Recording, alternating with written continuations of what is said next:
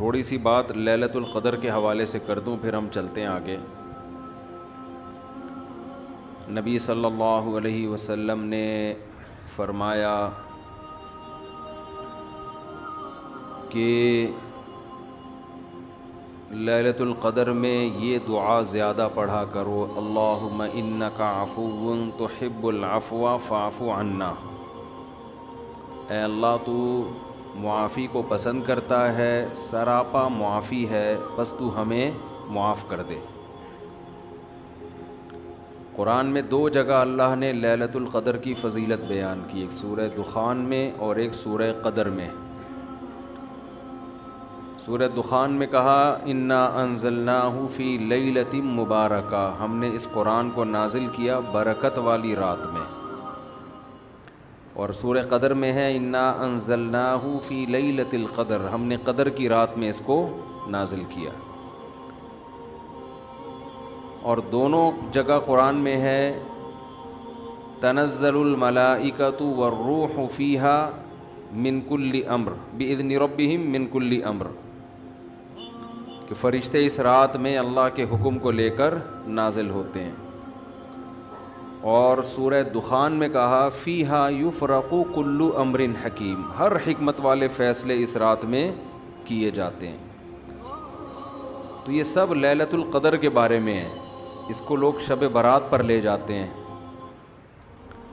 اور قرآن میں ہے خیر من الف شہر، 1000 مہینے سے بہتر ہے۔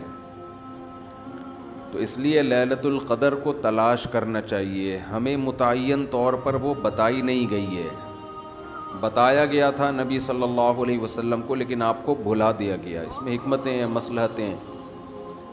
بڑی حکمت یہ ہے کہ اگر بتا دی جاتی تو ہم رمضان کے آخری عشرے میں پوری میں عبادت نہ کرتے، پورے سال سوتے رہتے، پورے رمضان سوتے رہتے، اور خاص اس رات کو کچھ اللہ اللہ کر لیتے۔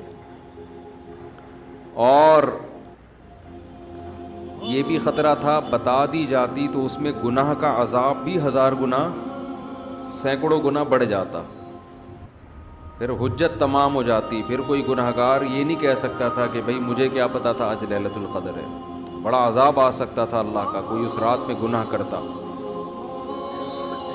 تو اس لیے اللہ کی حکمت نے اس بات کا تقاضا کیا کہ اس رات کو چھپا دیا جائے۔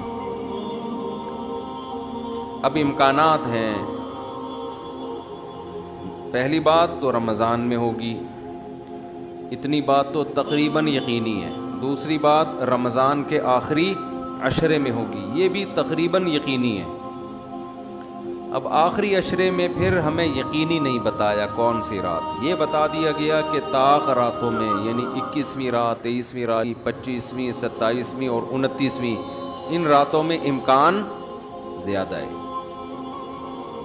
اور بعض حضرات کے نزدیک 27ویں میں امکان اور بھی زیادہ ہے، بعض حضرات کا موقف ہے، لیکن یقینی بات نہیں ہے۔ تو طاق راتوں میں یعنی کوشش تو کریں رمضان کے آخری عشرے میں عبادت کریں، ورنہ کم سے کم آخری درجہ کیا ہے کہ رمضان کی طاق راتوں میں خود بھی نماز، تلاوت اور دعا میں دل لگائیں، اور اپنے گھر والوں کو بھی نمازوں اور تلاوت میں لگائیں، دعاؤں کو، بچوں کو بھی لگائیں، اٹھایا کریں رات کو جا کے کہ بیٹا اٹھو، تھوڑا اللہ اللہ کر لو، نماز پڑھ لو، کچھ اللہ سے دعائیں مانگ لو۔ دعا کو بہت فوکس کرنا چاہیے، آج کل دعاؤں کو چھوڑ دیا بالکل، حالانکہ سب سے بڑی عبادت ہی دعا ہے۔ دعا میں اللہ اور بندے کا جو کنیکشن ہوتا ہے نا، وہ نماز میں بھی نہیں بنتا، وہ تلاوت میں بھی نہیں بنتا، وہ جو تعلق بنتا ہے نا اللہ اور بندے کا دعا میں، وہ کسی عبادت میں نہیں بنتا۔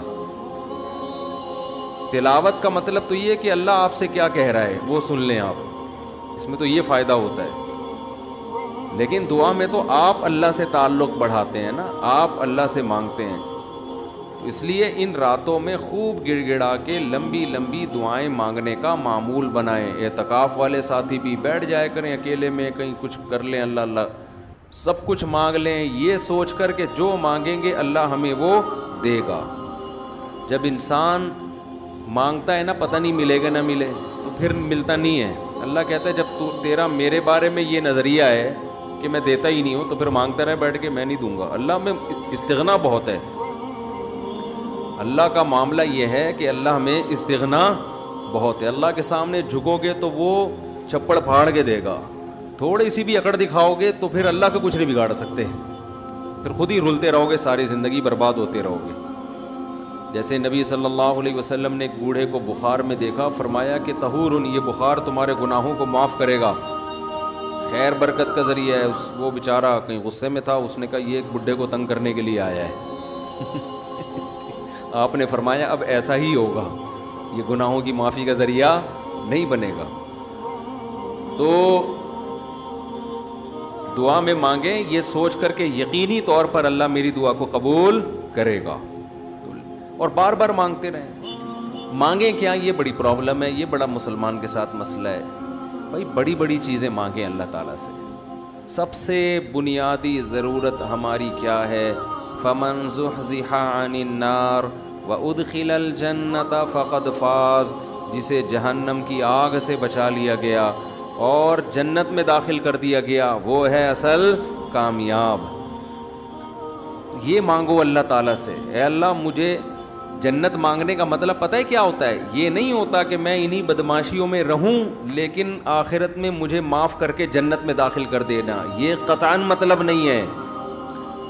جنت مانگنے کا مطلب یہ ہے کہ اے اللہ وہ کاموں کی توفیق دے دے جن کی وجہ سے جنت ملتی ہے. یہ تو بہت کفر ہے ایک طرح کا کہ میں رہوں ایسے ہی, اور یہ تو گویا اللہ کی آیات کا مذاق اڑانے والی بات ہوگی. تو ہدایت مانگے, ہدایت, سیدھا راستہ, ایسا راستہ کہ جس پہ چل کے کیا ملتی ہے؟ جنت. اس راستے پہ چلا دے. یہ سب سے زیادہ مانگا کریں. اور جو دین کے کام میں لگے ہوئے ہیں, مبلغین ہیں, علماء ہیں, دینی مدرسے کے طلباء ہیں, وہ ایک اور دعا بہت زیادہ مانگا کریں, کیونکہ ان کو صرف جنت تھوڑی چاہیے, ان کو تو یہ چاہیے کہ ہمیں اللہ نے پیغمبروں کا وارث بنایا ہے, تو ہم سے اے اللہ تو دین کا کام بہت زیادہ لے لے, جو ہمارا مقصد ہے, ہمارا ہدف ہے. اگر ایک عالم کاروبار کامیاب کر کے چلا گیا تو یہ کون سا تیر مار لیا اس نے, یہ کوئی اس کا اصل کام تھوڑی تھا. ایک عالم شادی کر کے 4 شادیاں کی اور دھڑا دھڑ بچے پیدا کر کے دنیا سے چلا گیا, کام تو یہ بھی اچھا کیا اس نے, لیکن یہ اس کا اصل ہدف, یہ تو کوئی بھی کر سکتا ہے. یہ تو ابو ظہبی کے جو سابق بادشاہ تھے ان کے میرے خیال ہے 100 کے قریب کہا جاتا ہے بیٹے تھے ان کے, دھڑا دھڑ شادیاں کی انہوں نے. وہ لوگ تو پھر طلاقیں دے دے کے بھی کرتے رہتے ہیں نا عرب بادشاہ, انہیں کوئی نہیں پوچھتا کہ طلاق دے بھی دیں آپ, اور نہیں یہ حرکت شروع کر دینا, پٹو گے برے طریقے سے. ویسے بھی شریعت میں پسندیدہ کام نہیں ہے طلاق دینا, لیکن عرب لوگوں کے پاس پیسہ بہت ہے, وہ بھائی ایک بیوی کو طلاق دی, یہ بھائی بنگلہ دے دیا, وہ خوش ہوتی ہے, چل